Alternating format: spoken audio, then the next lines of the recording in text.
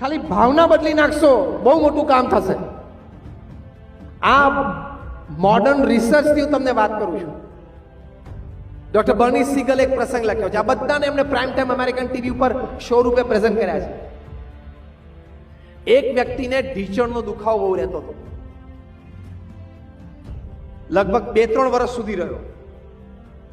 ઘણા બધા ડોક્ટર્સ પાસે એમને ટ્રીટમેન્ટ કરાવી, બટ ટુ નો એવર, એટલે મટ્યું નહીં. ન્યુયોર્કમાં અને લંડનમાં 2 ઓપરેશન કરાવ્યા, તો પણ ઢીંચણનો દુખાવો મટ્યો નહીં.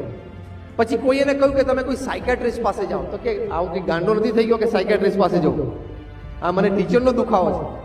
તો કે આ બધા ઓપરેશન ને દવા પછી નથી મટ્યું, તો તમે જાઓ. અને સાયકેટ્રિસ્ટ પાસે ગયા, અને સાયકેટ્રિસ્ટ તો તમારો ઇતિહાસ બધો પૂછી લે,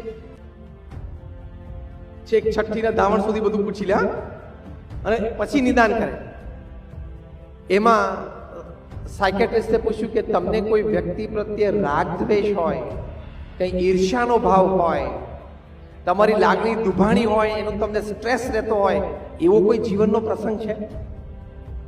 ત્યારે આ વ્યક્તિએ કહ્યું કે હા છે, મેં મારા મોટા ભાઈને $5000 આપેલા, અને મારો મોટો ભાઈ ફરી ગયો કે તે મને આપ્યા જ નથી, એટલે અમારા સંબંધો અત્યારે ઓછા થઈ ગયા છે, અને મને સતત મનમાં એમ રહે છે કે મારો ભાઈ ફરી ગયો અને $5000 માટે.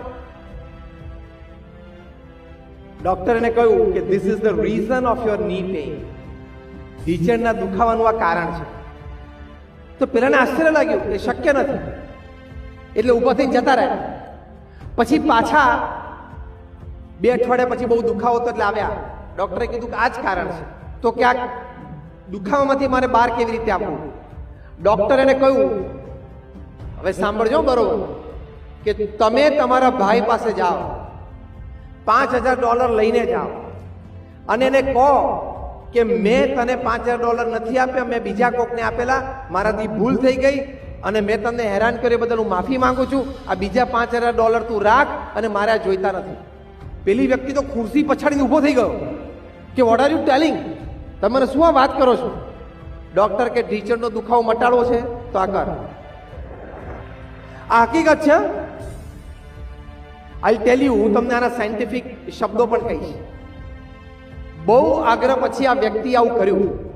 સવારે એક દિવસ $5000 લઈને ગયા, એના ભાઈનો દરવાજો ખખડાવ્યો. એના ભાઈએ દરવાજો ખોલ્યો અને જોયું કે આવ્યો, એટલે પાછો ઝઘડો થશે.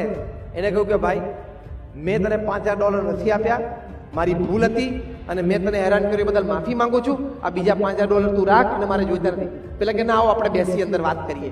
અંદર બેસીને વાત કરી. બંને લગભગ 3-4 વર્ષ પછી સાથે બેસીને